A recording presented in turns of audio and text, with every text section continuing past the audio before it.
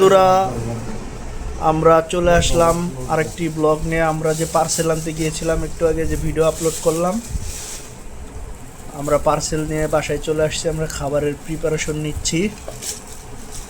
আমরা গিয়েছিলাম গাজীপুরের সেই ঐতিহ্যবাহী কালাভুনা, ভাইরাল কালাভুনা।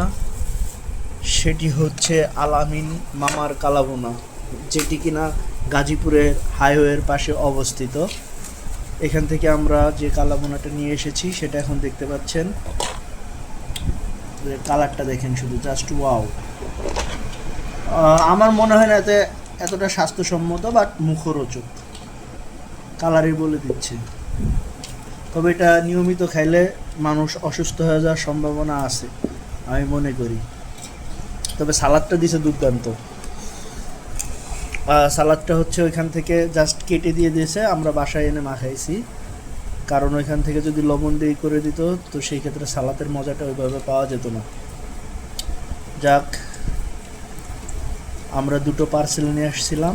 দুটো পার্সেলে 4 জন সুন্দর মতো খাওয়া যায়। মাংস দিয়েছে হচ্ছে 9 পিস, হাড্ডি 1 পিস, 10 পিস।